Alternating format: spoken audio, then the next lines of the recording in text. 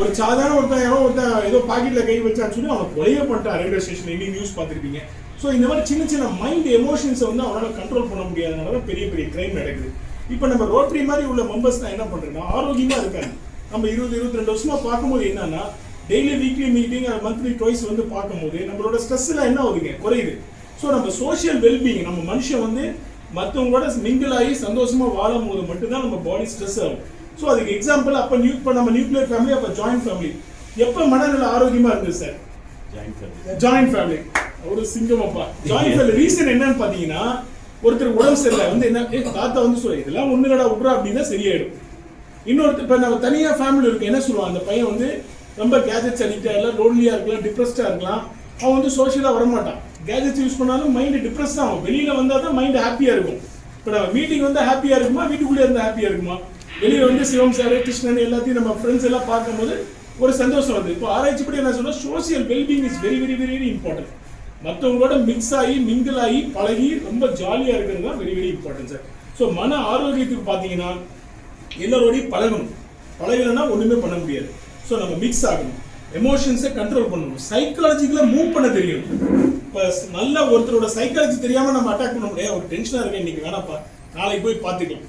ஒரு பிரச்சனை வருது சார், அதை அவன் வந்து எப்படி திங்க் பண்றான், எப்படி ஃபீல் பண்றான், எப்படி ஆக்ட் பண்றான், இதுதான் சார் ஒரு பேசிக்கா சொல்ல பண்ணீங்கன்னா ஒரு பிரச்சனையை எவன் எப்படி எதிர்கொள்றான்றது இம்பார்ட்டன்ட். இப்போ அவர் வந்து ஒரு பிரச்சனையை ஒரு மாதிரி திங்க் பண்ணுவார், நான் ஒரு மாதிரி திங்க் பண்ணுவேன், சார் ஒரு மாதிரி திங்க் பண்ணுவார்.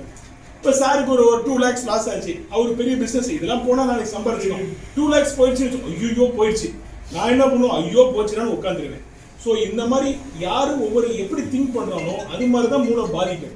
எப்படி ஃபீல் பண்றான், ஒரு பிரச்சனையை அவன் எப்படி உணர்றான், அந்த உணர்வுபூர்வமான பிரச்சனைக்கு தகுந்த மாதிரி தான் அவனால ஆக்ட் பண்ண முடியும். ஒரு பிரச்சனையை ஒரு சாதாரண இருந்தா சார் ஒரு உணர்வுபூர்வமா பேசுறாரு, அந்த பிரச்சனையை வந்து ஃபீல் பண்ணாரு அர்த்தமா, அந்த உணர்வு இருந்தா அதுக்கு ஆக்ட் பண்ணுவான்.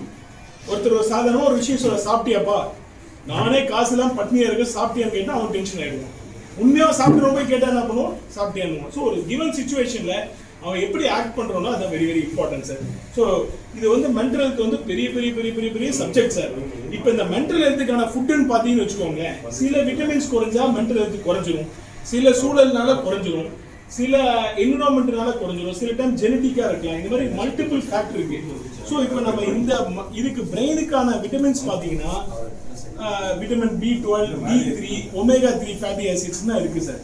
இந்த விட்டமின்ஸ்லாம் இருந்தா பிரெயினோட ஹெல்த்துக்கு வந்து நல்லா சப்போர்ட் பண்ணும்.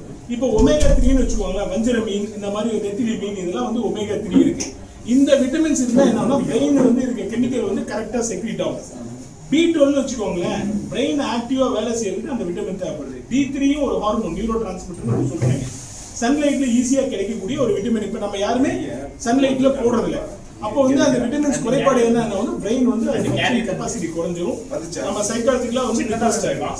ஸோ மைண்ட் ஆரோக்கியமா இருக்கணும், மென்டல் நல்ல ஆரோக்கியமா இருக்கணும்னா நம்ம எல்லாருமே லைஃப்ல வந்து ஃப்ரெண்ட்ஸோட கேதரிங்கா இருக்கணும். எல்லா பிரச்சனையும் எப்படி எதிர்கொள்ளும், சின்னதா சிம்பிளா எடுத்துக்கணும், ஸ்ட்ரெஸ் ஆகக்கூடாது.